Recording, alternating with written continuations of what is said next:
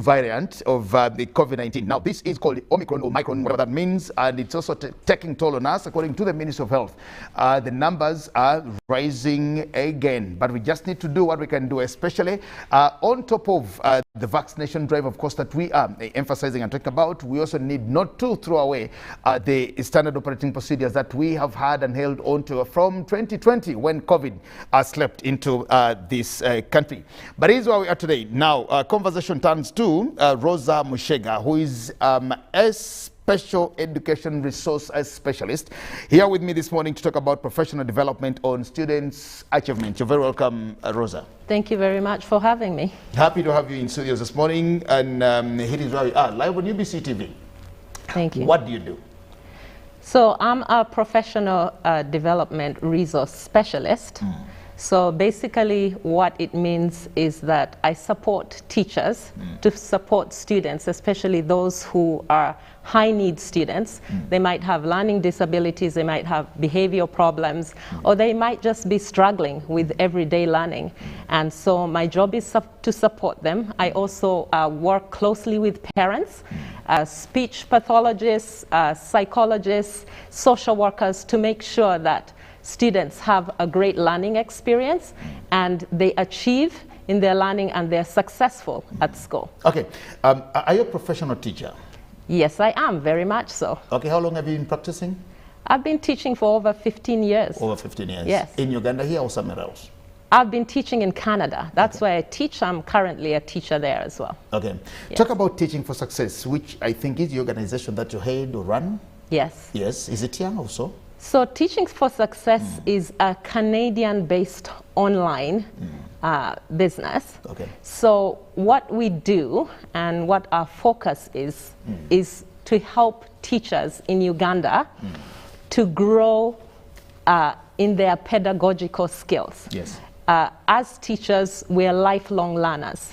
We don't just go to training college, learn a skill, and teach in a classroom. We have to consistently be learning all the different skills that keep coming on, the skills that keep coming up, that are evidence-based, that are data-driven, and we need to keep abreast of what's going on around the world so that when we teach our students, they are competitive with all their peers around the world. Yes. You're coming from Canada to do this here in this country of Uganda. Yes. Are you aware our schools have been closed for over 20 months? Very much so. I'm very aware of that. And obviously, the pandemic has affected many schools all over the world. I know Uganda for an extended period of time, more than many countries. But having said that, I believe in being very proactive. We need to be proactive, and I've been working with teachers even during the pandemic to try and help them grow in their best practice skills and in their pedagogical skills. I don't think it's beneficial for us to start school and then decide that we're going to improve our practice as teachers. It's better to be proactive.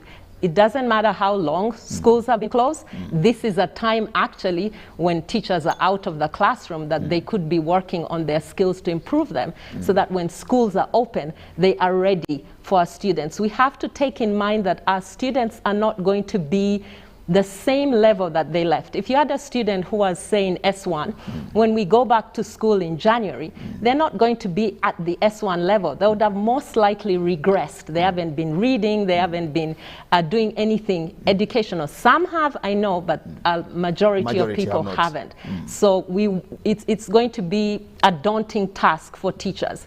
And it's not just going to be a matter of catching up students. Students have been affected mentally, emotionally. Their parents have been affected financially. We have to take all those things into account as we get our students ready for school. It's not just about curriculum. Okay. We have to approach education from a holistic point of view. Very good. Yeah. Are you conversant with the Ugandan education curriculum? Have you taken time to look at it? Now, just recently, about 2 years ago, before COVID came into this country, in 2019, this country adopted a policy called the National Teacher Policy, which is emphasizing a number of things. And one of these is quality education, but also professionalism, before the other things come on board.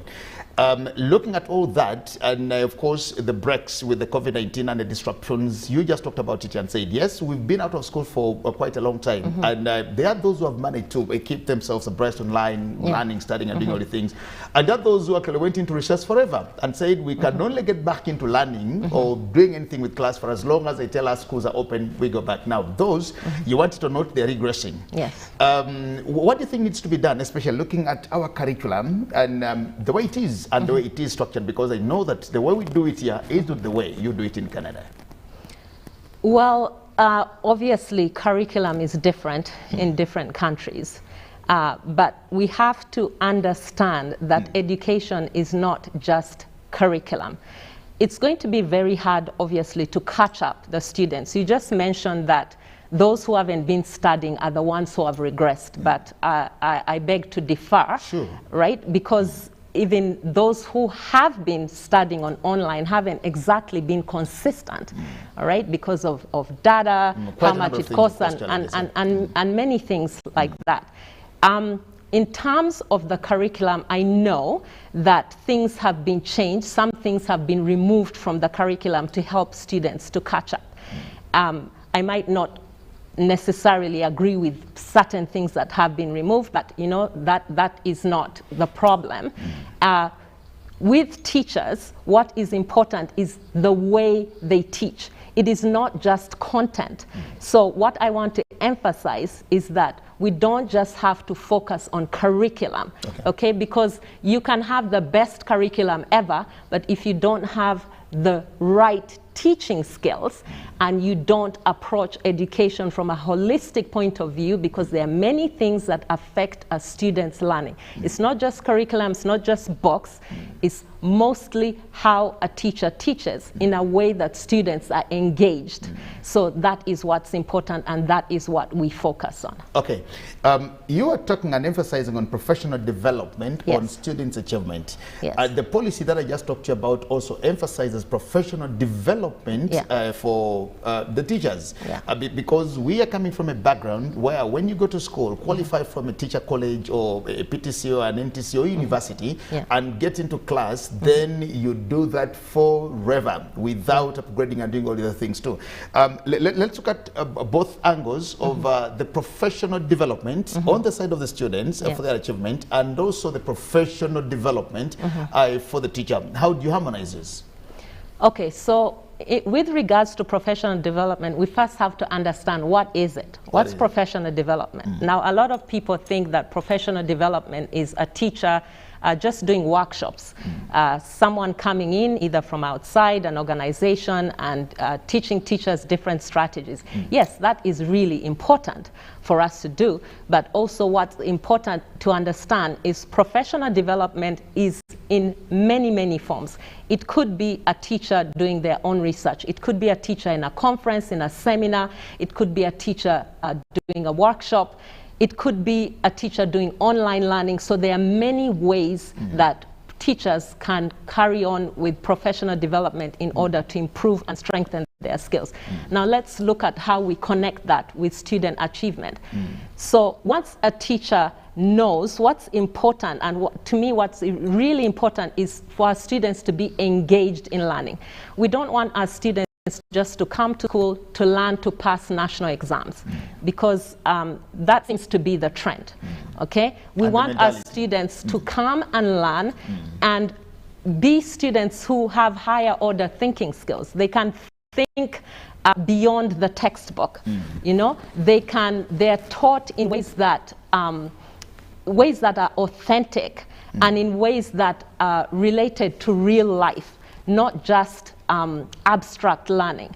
So we want teachers to be able, when these teachers go through their professional development, at least in my point of view, we want to build those skills, engage the students so that the students enjoy learning, so that they learn beyond the curriculum, so that when they come out of school, it's not just what they learned in a textbook. It's not just theoretical learning.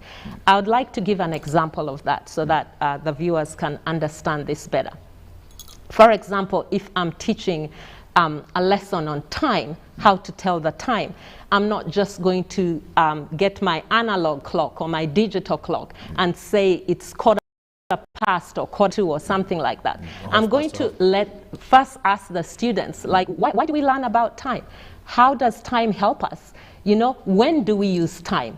You know, is it important to be able to get to a place at a certain time, to be on time for your job, to know how long time has elapsed before something happens? So those are the skills that we want to impart to our students so that they can connect their learning to everyday life, which engages them and makes them more interested in learning. If the students are happy, teachers are happy, parents are happy, we're all learning and we're all improving, the whole nation improves because we're learning in a way that's authentic. Yeah. Do you look at us achieving that in our education system, for example? Do you look at us achieving that? Can we adopt that, do it, and have effective development, professional development for our students?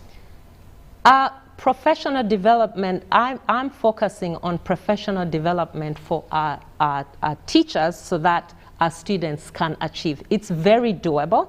I am not under the illusion that it is something that can be done overnight, but I totally believe that we can start one step at a time, one school at a time, you know, a district at a time. It's something that it doesn't have to be professional development brought in by an organization into a school, but we can also train teachers to support each other, to collaborate with each other.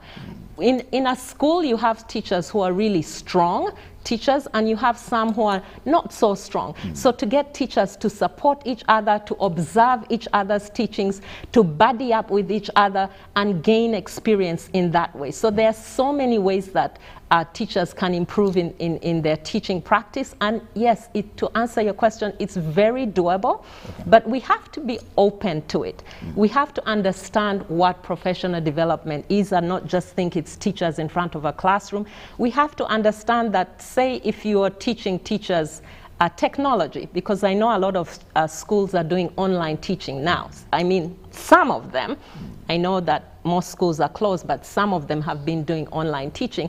Do we stop to think about how the teachers who are teaching this online program, like, how does it impact them? Are they qualified? Have we got a teacher who's really patient with those teachers, an instructor who is going to differentiate their learning and say, okay, this teacher is really good at technology, you know, so I'll let them carry on with their training, and this teacher is really slow, or maybe they're afraid of technology, they're not so strong in it. How do we support this teacher?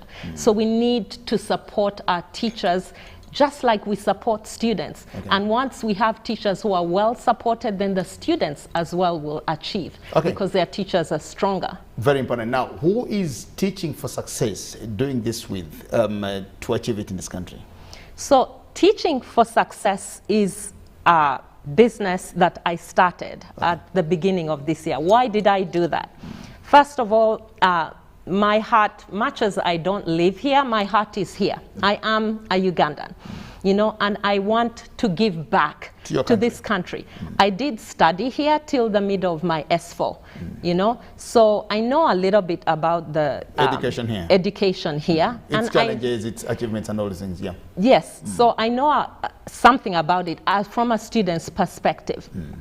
I also am an educator. I have studied in the UK. I did my high school and my university there, and then I obviously have my teaching qualifications from Canada. So I believe that Teaching for Success, because I want to give of what I learned, my expertise, I want to be able to help the teachers here. I'm very passionate about sharing knowledge. And I don't come from a perspective of, oh, I'm an expert, I know everything, teachers in Uganda know nothing, so I'm here to change the whole system. No, I'm here to work, and partner is actually the right word. partner with schools, partner with teachers. I'm happy to partner with the Ministry of Education to share ideas, to dialogue, so that we can support teachers to become stronger teachers. So that's what Teaching for Success do.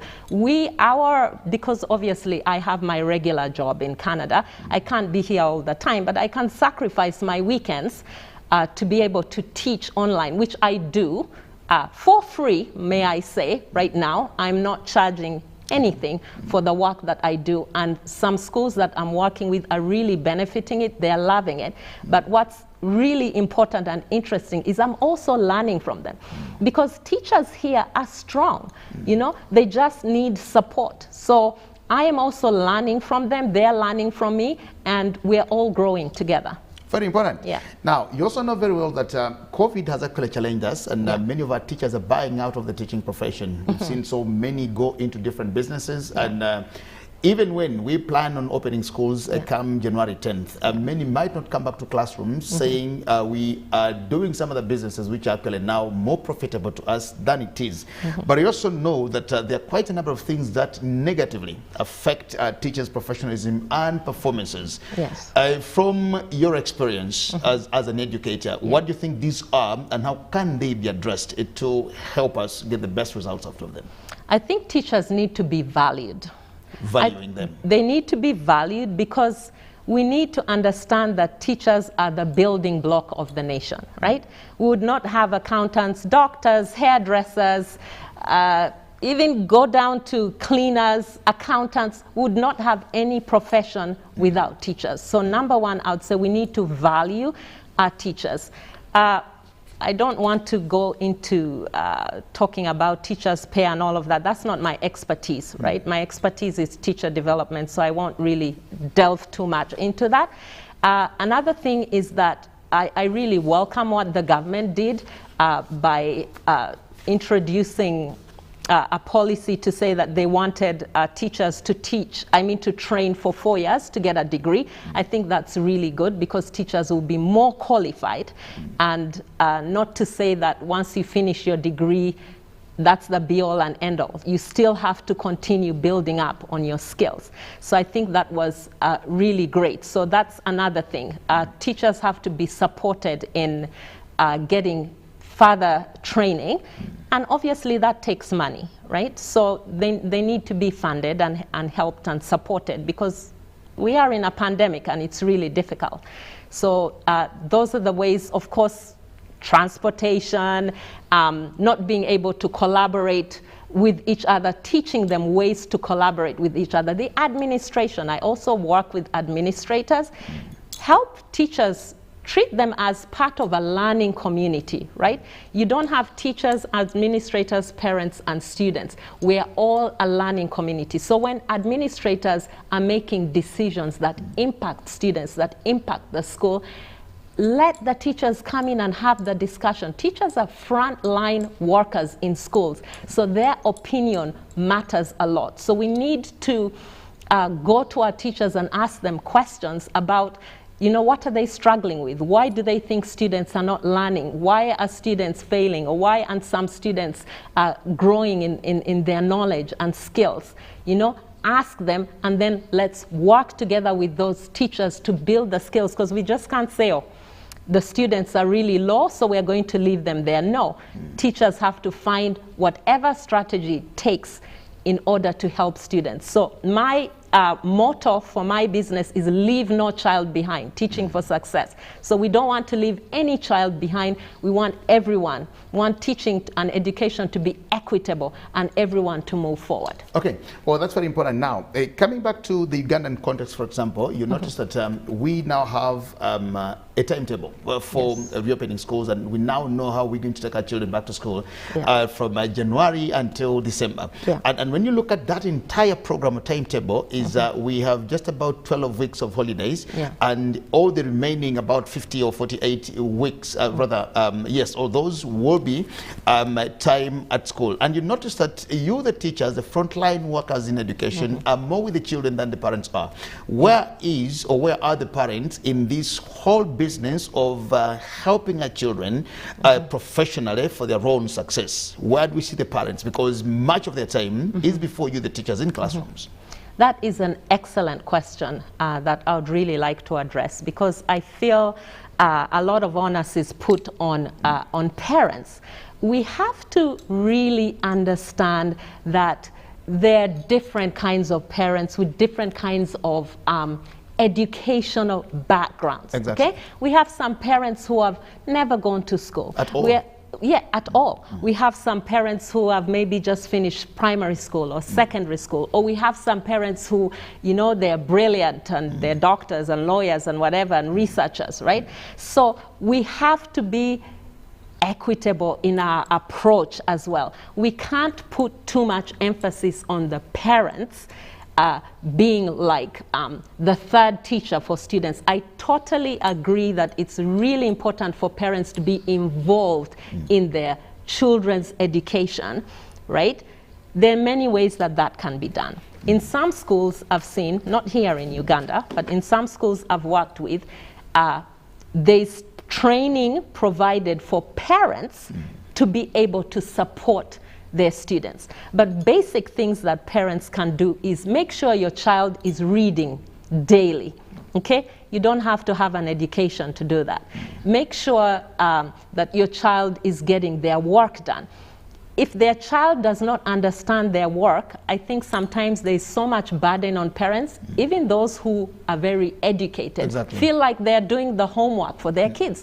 They're stressed out, but that shouldn't be the case, because our parents are not teachers. They're teachers in different ways, but not always with an educational background. So I think what is really important for us to realize is that, yes, we can help provide some programs to support parents, but not every parent is able to attend those programs. Parents are working, some work nights, some are busy, they come home really, really late. So I say that whatever we send home as teachers should be practice, not new content for students to learn.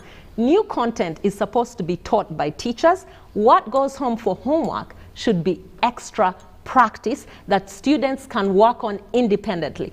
Otherwise, it's absolutely inequitable to be sending work that you expect a parent to be supporting a student with. If they can support them, well and good, but we must understand that it's so unfair if we're expecting parents who are not educated and maybe through no fault of their own to be treated at the same level as those who are educated. Thank you very much. Well, Rosa is an education specialist, a resource specialist, and of course she is with us in studios here this morning to talk about the professional development on students' achievement. And of course she also owns this organization called Teaching for Success. It is a Canadian-based online business called Teaching for Success. We'll just take a break and return, carry on with our conversation of learning this morning. We'll come back shortly. Live from UBC Studios in Kampala, this is Good Morning Uganda Extra.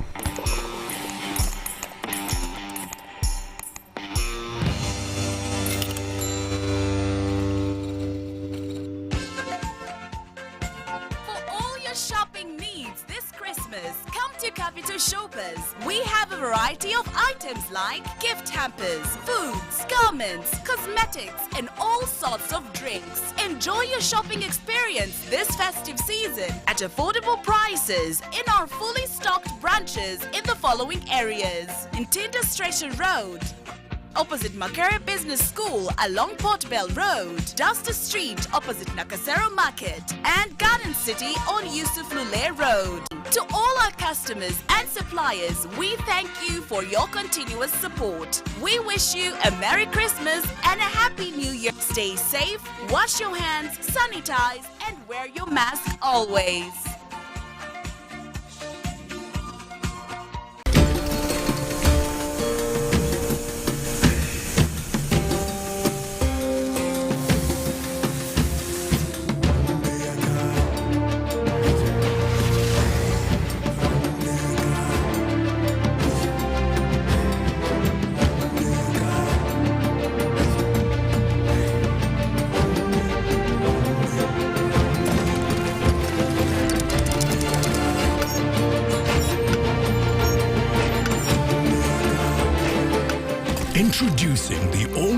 Roofing's TMX 500C rebars with cut and bend services.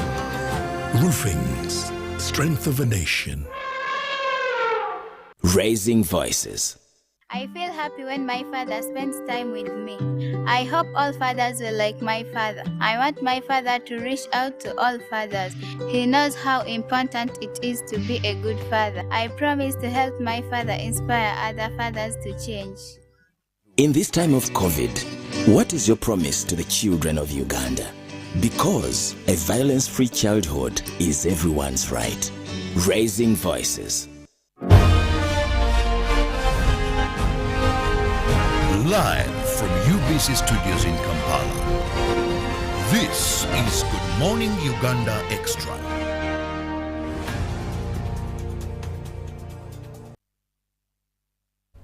Well, a very good morning and welcome back from the break. We continue that conversation here in studios this morning and of course talking about teaching for success and with the emphasis on professional development, on students' achievement. And joining me in studios is Rosa Mishega. She's an education resource specialist and owns a Canadian-based online business called Teaching for Success. Here with me this morning, she is a teacher and of course a very passionate one at that. Welcome back from the break, Rosa. Thank you. And we continue with our conversation here as it is. Now, there is another aspect to education and this is called the commercial aspect. Yes. Many years ago, when I and Howard Tumine went to school, we basically went to government schools. These were the schools here. We could travel from one district to go to so many districts far away from home to go and study. We now have schools everywhere in communities, in all the streets and everywhere. And the commercial aspect where a Jagenda Semakula who never studied education, but because he got money and just saw a need of starting up a school, and that's what it is. Howard Tumine, the brother-in-law there, is managing and running the school without any education background, but for as long as they can get money out of that. Let's look at the business aspect in education. Don't you think that that also does us a disservice in education? Absolutely. That's something really important for us to address. There are so many schools, it's amazing, in this country, which is a wonderful thing, okay? But we have to stop and think, for the owners of the schools, what is your purpose? If you're just setting up a school as a business to make money, okay, it will be how many students can I get into my school? And then it moves on to how many students can I get to pass the national exams so that parents are so impressed so that they can add more students to my school and I can make more money, okay? So that's why I feel there's a lot of rote learning that comes from this. Let's cram all this knowledge into the heads of our students so that they can pass all these exams, so they don't care necessarily, I wouldn't say about the quality of the education, that's a gray line, but I find a lot of schools just teach 2 exams. It's all about passing exams. It has nothing to do about the child, their emotional well-being, their social well-being, their mental health. It's all about academics. And in order to have well-rounded students that graduate from universities, that graduate from high schools, that graduate from primary schools, we need them to be well-rounded. We need them to be students who know the arts, music and dance and drama and science and technology and math and all of those things put together, not just focus on the sciences and math and language. There are so many other skills that make students more well-rounded. So just to go back to your question, yes, unfortunately, a lot of schools are just businesses. It's not about transferring knowledge and understanding and building up these students to be the kind of students that are going to push our nation forward, build up our economy. No, it's just business. So that's really unfortunate. Yeah. In this country, not so long ago, we had a girl from the eastern part of the country who committed suicide because she did not get good grades in primary 7. And when she got a very bad grades, quote unquote, she actually went and hung herself because the parents and everybody in the village was mocking and scorning her for not doing well. When the others were being televised on screens, they were in newspapers, being talked about on radios for getting first grades, she got a grade that she doesn't know and she committed suicide. Now, we also have that with us. How do we need to work on that for the children to actually know that I may get a 20 plus in primary 7, but that does not mean I will be 20 forever in life?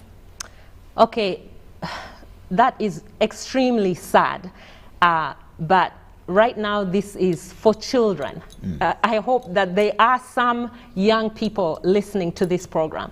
What is very important for us as educators is to teach our students to have a growth mindset, okay? You can either have a growth mindset or a fixed mindset. A fixed mindset says that there are certain kids who are clever, right? They're smart and they'll always pass the exams, get 100%, get A's, right? Someone with a growth mindset understands that if I work a little harder, I will do better.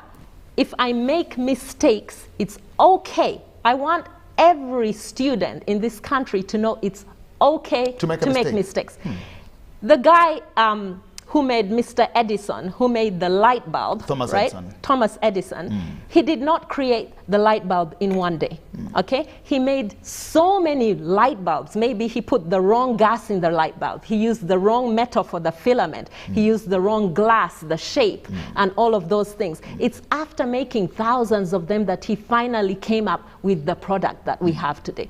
So I want students to understand that getting a mark is not what's important, but improving is what's important. As a teacher, let's address this. As a teacher in a classroom, when I give quizzes in my classroom, I actually don't put marks on my students' test papers. Why? Because I want the students, when they get their papers back, if they see an A on it, they're going to think, oh, I'm so smart. I don't need to work that hard. If they see that I've got a D on the paper, they're going to get really, really discouraged. So what I want teachers to do is to put feedback for students so that when a student gets their paper back, they know what they did well, and they know what they didn't do well, and they know what to do with what they didn't do well. They have strategies to improve, okay? So for a student like that who gets to the point that they feel that they can no longer live, it's what we've created in our society, and we need to move away from that. Students should be applauded for improvement. I just want to give a small example of myself, right?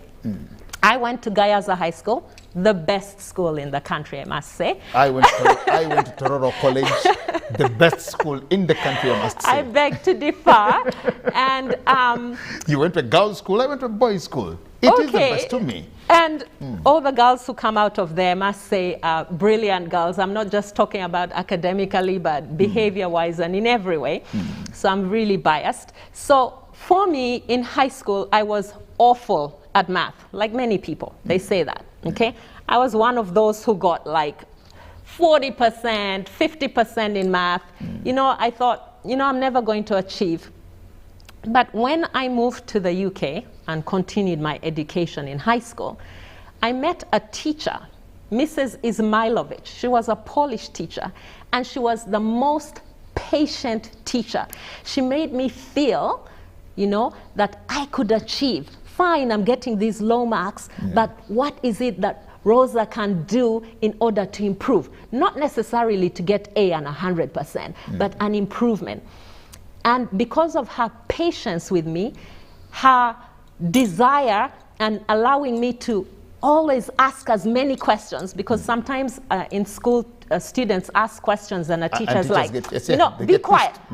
You know, why are you asking? Students should be allowed to ask as many questions. So I asked and asked, and she also always used to tell me, Rosa, ask as many times as it takes to understand what you need to understand.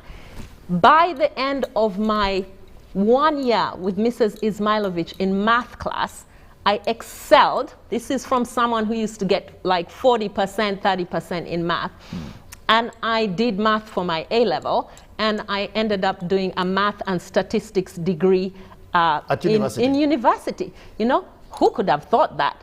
I mean, my classmates, actually, if they look at me now and they remember that Rosa, your S1, S2, S3 teachers will be surprised that you actually very surprised, exactly. you know. So I want students to know that they can improve, they can do well. I want parents to stop putting down their children because they're not getting A's. I'm not saying just sit there and accept your child to come home with bad grades, but support them rather than, you know, chastise them about them. Work closely with the teacher, work with encourage your child, and always praise them when they take those baby steps to improve. Focus on improvement, okay? Not just a summative evaluation of an exam. Do you also realize that learning in this country, or in the system that we have, is more of a prison for our learners? That when somebody goes through primary 7, they do their O-levels, they do their HSC, and by the grace of God, go to the university and do those 2, 3, 4 years, and they finish it. Everybody, it's like a footballer's hanging up their boots and say, I have played my seasons, and I failed to get the Champions League, so I am giving up in football. They get to a level where when you tell one to actually go and do a CPD, or do anything to make the profession better or so, they will tell you, I am tired of learning. Once they have 1 degree, then that's good enough. Go find a job, go get married, go marry, go start a family, and that's it. What causes that? That people come out of school and they detest, hate, and don't want to do anything. They feel sad to even see somebody who says, I'm back in school. I am back again. I am doing the 3rd degree. It surprises them. I am so glad you've addressed that. Lack of student engagement, right? Learning takes place in such a way that everything is abstract, right? The way I start my lessons as a teacher, right, is to ask my students, why are we learning it? Why are we learning this? Why are we learning about measurement? Why? How is it going to help me in real life? You know, a lot of students don't understand the value of what they're learning. You know, why am I learning algebra? Why am I learning graphing? You know, why am I learning measurement? Right from kindergarten, I tell my students that, say we're learning about measurement, I'm saying, my dear friends, if you don't know the shoe size and you cannot measure your shoe size, you won't get the right shoes. Just simple things like your clothes. Okay, if you happen to be a carpenter as a profession, you need to be able to measure. If you are a baker or a cook, you need to be able to measure. Okay, so that gets the kids excited because they know that whatever I'm learning is related to real life. So I think once we engage the kids more and relate everything that we're learning to real life and begin to get our students from an early age, elementary school, primary school, thinking about what would I like to be. I know students like my own children, today I want to be a lawyer, tomorrow they want to be an urban planner. It doesn't matter. But once we get this in our kids, what do you want to be and what is it going to take to work towards what you want to be, right? It's not just being good at what you're doing, it's relating it to everyday life. What's the best time to tell children or to have that conversation with the children on what they like to be in the future? What's the best time? Right from nursery school, okay? Don't start telling them what they want to be from high school or from university. Right from nursery school. There's some people who have actually become what I have a cousin who always wanted to be a doctor. He actually injected his sister with a needle from a playset, and he is a cardiologist right now, and he's doing really well. He always wanted to be a doctor, you know? So it doesn't matter, and I really want to stay away from doctor, lawyer, accountant. You know what? How many ladies get their hair plaited, you know, and look lovely every day, right? We need to value professions, and we need to teach students that being a lawyer and a doctor and accountant, they're not the only things There's so in many this lawyers world. in this world. As long as you enjoy your profession, as long as you work hard, let's start encouraging our kids right from kindergarten. What do they want to be? If by P7 they've changed to another profession, that is fine. But at least they'll make the connections between what they're learning and the profession that they would like to be, which will engage them and want them to work harder. So they won't get to end of university and say, you know what, I've had enough, I've finished, I've got my degree, I want to get married, and that's it. Okay. No. One other thing that I want you to address from your perspective, and of course with the professionalism that you have in education, you also realize that we have what we call career guidance in schools. Yes. But when you talk to many teachers, I've interacted with many of them to talk about career guidance, and to them, career guidance is actually helping you choose a combination from what you got in maybe O-levels or primary 7. They also, because you have, for example, me, you have a distinction in history, you have a distinction in geography, you have a distinction in CRE and political education or so, then please take up this arts combination that will take you into law. When somebody comes and they have this or that and say, but I think I want to be a doctor, and they say, but you have a C3 in chemistry and you have a distinction 1 in literature, please focus here and not go there. Career guidance. I think it would be really teachers, in not all teachers, but every school to have, I would say more in high school, not so much in elementary. Every high school should have a career guidance counselor, a trained career guidance counselor who knows a lot about different professions.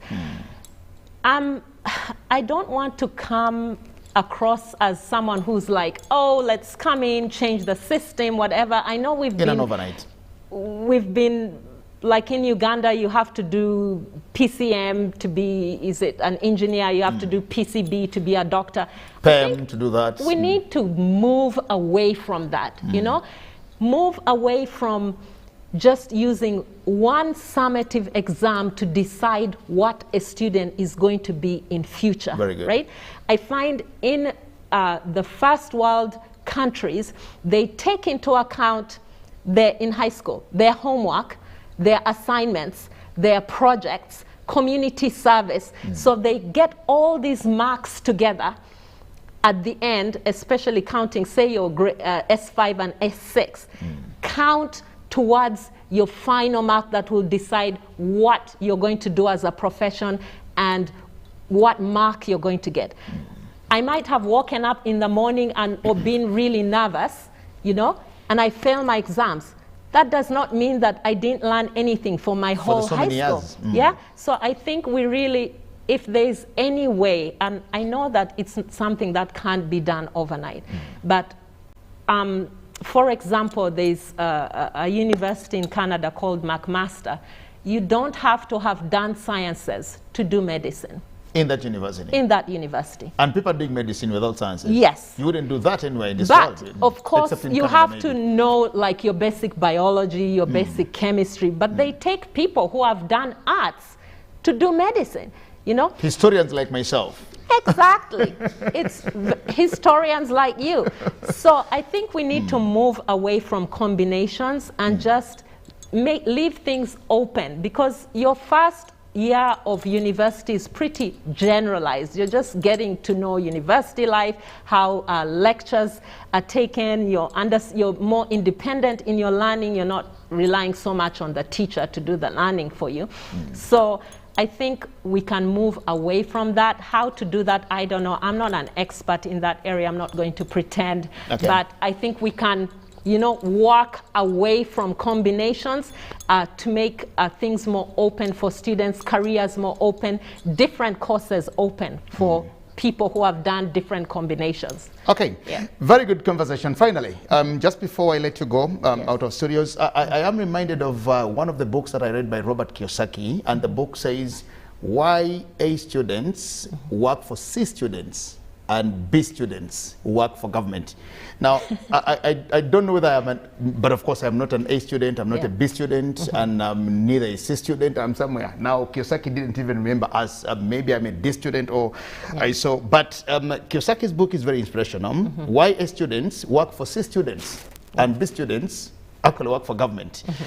C students normally employ A students. Those who are C in class, in schools, are the people actually who are running the economies, who are running the world, and their resources are the A students being employed there. But I want to thank you so much, Rosa. Just before I let you go out of studios this morning, how can people access your product, Teaching for Success? How can they follow it up? I am sure there are parents, there are students, there are learners out there who would love to continue engaging with you. Okay, so let me just emphasize that Teaching for Success is for teachers. So the people to access it would be school owners and head teachers, because they'll be the ones. At all levels? At all levels. At all so levels. I'm saying like teacher training schools, high schools, and elementary, but mostly most of the schools I'm working with currently are elementary schools or primary schools, because if we build up right from the bottom, from the foundation will help the students as they move up the level. So I encourage you to go to my website, which is www.teachingforsuccess.com. Sorry, teachingforsuccess.ca. I'm so used to saying .com. So www.teachingforsuccess.ca. And we're also on Facebook, which is Teaching for Success. Or you can reach me at my WhatsApp number, which is +1 905 441 7696. Again, +1 905 441 7696. But if you just Google Teaching for Success, you will get to my website. You can reach out to me, and what I will do is talk with your administration, have a meeting with your teachers to find out what the needs and the strengths of your school are, and then we can see how we can tailor our workshops to your school. We don't do a one-size-fits-all. We find out what your school climate is, we find out what your needs are, and then we work according to that to improve your teachers and strengthen their skills. Thank you very much, Rosa. Rosa is an education resource specialist. She owns Teaching for Success. She is Ugandan, based in Canada, and of course she feels she needs to give back to this country of Uganda that gave her the basics, the elementary education and the foundation upon which she now excels, to reach out to the rest of the world. Follow her up, reach her from all the necessary platforms, as she says. Thank you so much, Rose, this morning, and of course to the teachers out there and school owners, as you also wait and get ready to open the schools in just a couple of weeks. We need to see, we need to know, and we need to plan ahead of what we need to do to ensure that we teach a full success and to let everybody enjoy this expedition of learning and education. Forgotten my country, my name is Jagenda Semakola Ziksoka, wishing you all the best for today. Stay blessed, good morning, and bye-bye. Live from UBC Studios in Kampala, this is Good Morning Uganda Extra.